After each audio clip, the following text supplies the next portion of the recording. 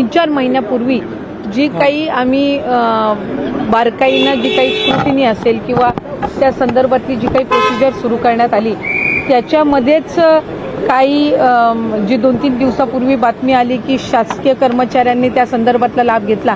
खरं तर जानेवारी महिन्यामध्ये जी काही स्क्रुटिनी झाली त्याच्यामध्येच ते लक्षात आलेलं होतं आणि त्यानंतर त्यांना जी काही 2000 का 2500 सुमारे जे काही लाभार्थी शासकीय कर्मचारी म्हणून होते 2 लाख कर्मचाऱ्यांचा डेटा आम्हाला प्राप्त झालेला होता।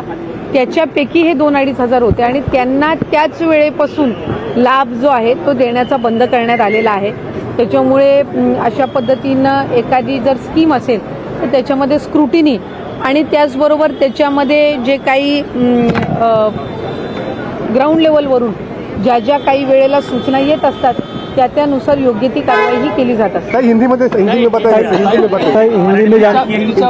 चर्चा झाली का? त्या ठिकाणी ऊसतोड ज्या महिला आहेत त्यांनी गर्भपिशवी काढली असल्याची 700 पेक्षा जास्त महिलांची संख्या, यावर काय चर्चा नाही? खरं तर त्या संदर्भामध्ये मंत्रिमंडळाच्या बैठकीत तर काही चर्चा झालेली नाही, पण ज्या वेळेला आम्हाला सुद्धा त्या संदर्भातली वर्तमानपत्र असेल किंवा माध्यमांच्याकडून किंवा खाली विभाग स्तरावरनं पण माहिती प्राप्त झाली तर त्या संदर्भातले संबंधित जे जिल्हाधिकारी आहेत तिथले जे जिमबादचे आणि इतर विभागांचे जे अधिकारी आहेत त्यांना आम्ही जिल्हाधिकाऱ्यांना सूचना दिलेल्या आहेत की त्या संदर्भातली जी काही म्हणजे काय कारणास्तव त्यांनी केलेलं होतं किंवा खरं तर मायग्रेशन असेल ऊसतोड कामगारांचं हे दरवर्षीच असतं, म्हणजे त्याच्यामध्ये असं काही विशेष नसतं, पण या वेळेला अशा पद्धतीचा जो काही रिपोर्ट समोर आलेला आहे त्या संदर्भामध्ये काही विशेष काही कारणं आहेत का किंवा काय त्याच्यावर आपल्याला पुढच्या कालावधीमध्ये उपाययोजना करता येईल या संदर्भामध्ये सुद्धा योग्य ती पावलं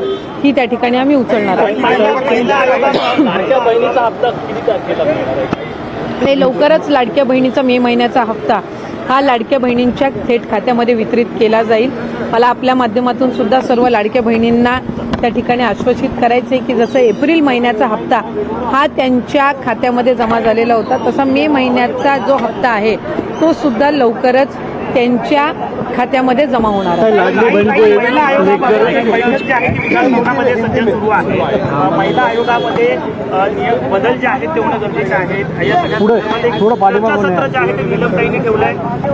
नाही, साधारणपणे खरं तर मी सुद्धा गेल्या आठवड्यामध्ये त्या संदर्भातली बैठक ही आयोजित केलेली होती, पण आपल्याला सगळ्यांना माहिती आहे की गेल्या आठवड्यामध्ये अतिवृष्टी आणि बऱ्याचशा ठिकाणी पूर परिस्थिती होती आणि बऱ्याचशा ठिकाणी रेड अलर्ट आणि ऑरेंज अलर्ट दिलेलं होतं। त्याच्यामुळे आम्हाला प्रत्येक ठिकाणीचे स्थानिक अधिकारी आणि त्याचबरोबर महिला आयोग संबंधितले जे काही अधिकारी आणि त्यांचे सदस्य आणि वेगवेगळ्या ज्या सामाजिक संस्था आहेत यांना आमंत्रित करता आलेलं नव्हतं। आज उपसभापती नीलमताईंनी त्या संदर्भातली बैठक आयोजित केलेली आहे आणि त्याच्यामध्ये त्यांनी सुद्धा विविध ज्या काही सामाजिक सेवाभावी संस्था आहेत त्यांना आमंत्रित केलेलं आहे। महिला आयोगच्या अध्यक्षा इतर काही त्यांच्यासोबत निगडीत असणारे जे काही अधिकारी आहेत ते त्या बैठकीला उपस्थित राहतील। त्याच्यातून ज्या काही सूचना येतील त्या निश्चितपणाने विभाग म्हणून आमच्याकडे सुद्धा येतील आणि आम्ही विभाग म्हणून त्या शासन स्तरावर सादर करू। त्याच्यामध्ये जर त्यांनी काही आणखीन सूचना दिल्या, काही बदल काही सुचवले, कारण महिला आयोगचे जे काही नियम निकष किंवा त्यांच्या संदर्भातली जी काही प्रक्रिया आहे याच्यामध्ये जर आत्ता काळानुसार जर काही बदल करण्याची आवश्यकता असेल आणि तशा काही सूचना